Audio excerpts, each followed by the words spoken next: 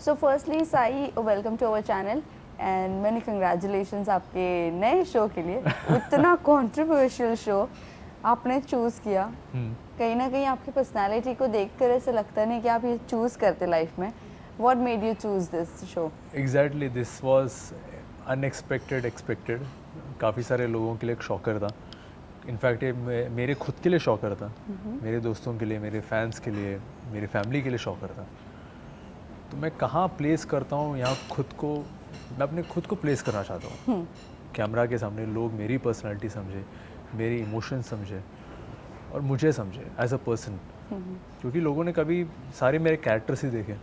और इस बार मैं चाहता हूँ कि मैं कुछ अलग करूँ अपने लिए, क्योंकि मैंने इतना एक्टिंग किया है, कैरेक्टर्स मैंने निभाए। Of course by God's grace में इन फ्यूचर भी ढेर सारा काम करूँगा, ढेर सारे नए नए कैरेक्टर्स लेकर आऊँगा। लेकिन इस बार मैं चाहता हूँ कि कुछ अलग करूँ, something different for myself as an experiment, और मेरे लोगों के लिए भी जो मुझे फॉलो करते हैं, जो मेरी फैमिली है, दोस्तों हैं, मेरे फैंस के लिए कुछ अलग करूँ। और उसके साथ साथ दिस ऑडियंस जो होती है ना, टीवी ऑडियंस, जो वेब सीरीज़ का ऑडियंस, उसके अलावा there is a reality show audience. जो बिग बॉस की ऑडियंस है, बहुत बड़ी ऑडियंस है। इतने सालों से मतलब बिग बॉस आ रहा है, टीवी में आ रहा है, अभी OTT में भी आ रहा है। तो I want to tap in those audience also. मैं चाहता हूँ कि वो लोग भी मुझे पहचाने। So this is the reasons why I want to be there in Bigg Boss. Well, ये भी जानना चाहेंगे आपने OTT ही चूज़ क्यों किया? व्हाई नॉट नेशनल टेलीविजन वाला बिग बॉस? बिकॉज ना मैं ज़्यादा दिन अपने फैमिली से दूर नहीं रह सकता। अच्छा। To be honest, TV Bigg Boss is a long format. कभी कभी तीन महीने चलता है, 4 महीने चलता है, काफ़ी एक्सटेंड होता है। इट्स अ गुड थिंग, अच्छा है। मतलब शो अगर अच्छा जा रहा है तो एक्सटेंड होता है। लेकिन कई बार as a person you miss your family, तुम अपनी दुनिया को मिस करते हो, अपने काम को मिस करते हो। इतना मुझसे नहीं हो पाएगा। वेल, मेंटली आप कितने स्ट्रांग होकर जा रहे हो और प्रिपेयर्ड होकर जा रहे हो? फिजिकल तो ठीक है, बट मेंटल स्ट्रेंथ की सबसे ज़्यादा नीड है, बिकॉज 4 दीवारी में बंद हो जाना, ना किसी से मिलना, ना सोशली आप किसी से बात कर सकते हो, कुछ नहीं है। किस तरह से आप प्रिपरेशन आपने मेंटली किए है? यार मैंने कुछ ऐसा प्रिपरेशन नहीं किया। मैं बस ये एक सोचा है कि तुम जहाँ जिस सिचुएशन में हो वहाँ अवेलेबल रहो mentally, so that you be up very proactive in your nature. अगर कहीं गलत हो रहा है तो गलत, उसको कैसे उसको कैसे रोक सकते हैं, उसको कहीं सही तरीके में लेकर आ सकते हैं। ये मेरा मुद्दा है, दैट्स इट। और मैं अपनी पर्सनैलिटी को बाहर लेकर आना चाहता हूँ। और फिर वो चाहे बोरिंग हो या ना हो, ऑफ कोर्स मैं चाहूँगा कि लोग मेरी पर्सनैलिटी को पसंद करें, उसके हिसाब से मैं काम भी करूँगा। लेकिन देखते हैं। साई, यहाँ पर काफ़ी लोग आके गए। 17 एक तो सीज़न नेशनल टेलीविज़न पर हुआ है, ये सीज़न 3 है। कई ज़्यादा कंटेस्टेंट्स हैं, लेकिन पिछले अगर मैं बिग बॉस की बात करूँ, लोग एक दूसरे को कॉपी कर रहे थे। और वही सीज़न OTT की बात करूँ, बहुत रॉ लोग आए थे। So what you have to say, like जो कॉपी करता है, तो इस बार तो टोटली बदला हुआ बिग बॉस होने वाला है और टोटली कॉन्सेप्ट भी अलग है।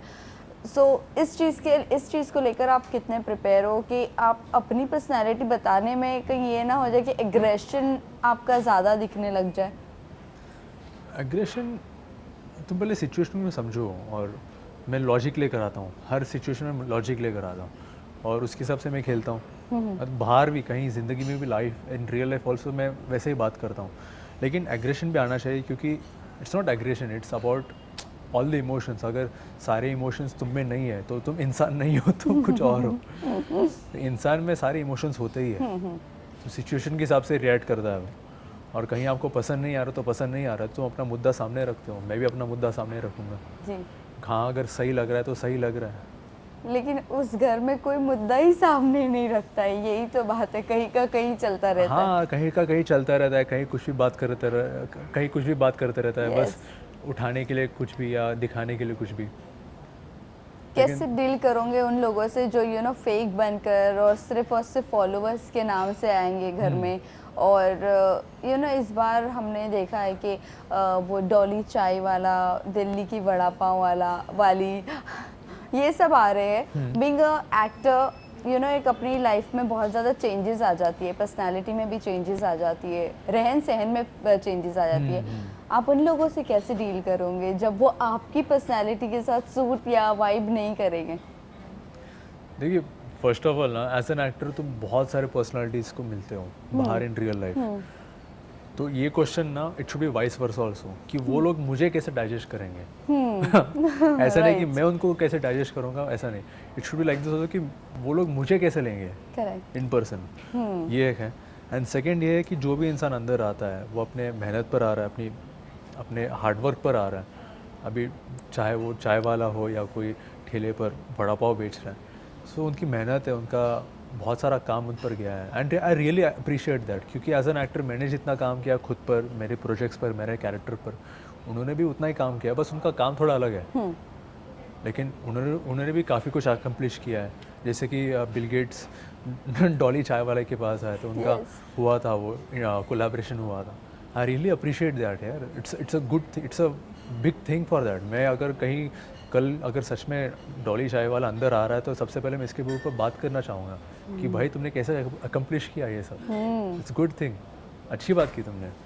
वेल इसी के साथ साथ घर के काम की मैं बात करूं, एक वो कौन सा काम है जो आप नहीं करना चाहोगे घर में? क्योंकि हमने जब आप और भी कंटेस्टेंट जा रहे हैं, हमने जिसके साथ इंटरव्यू किया विशाल के साथ, उन्होंने क्लियरली बोल दिया मैं बाथरूम की ड्यूटी ज़रा भी नहीं करूँगा चाहे कितना भी झगड़ा हो जाए। व्हाट यू हैव टू से ऑन दैट?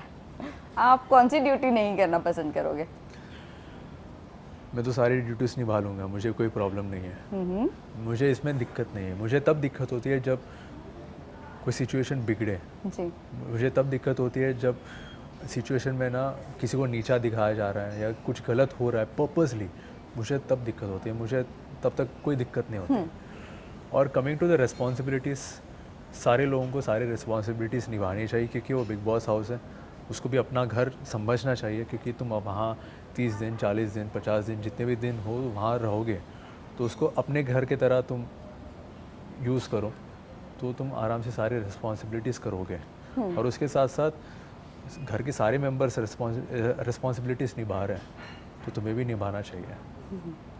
वेल फ्रेंड्स और फैमिली का अगर रिएक्शन की बात करूँ, क्योंकि क्या होता है ना, कुछ लोग नाम बनाकर भी निकलते तो कुछ बदनाम होकर भी अंदर से निकलते हैं, तो इनका रिएक्शन ये मुद्दों को लेकर क्या था? बदनाम तो कोई होता नहीं है, वो बस गेम के हिसाब से होता है।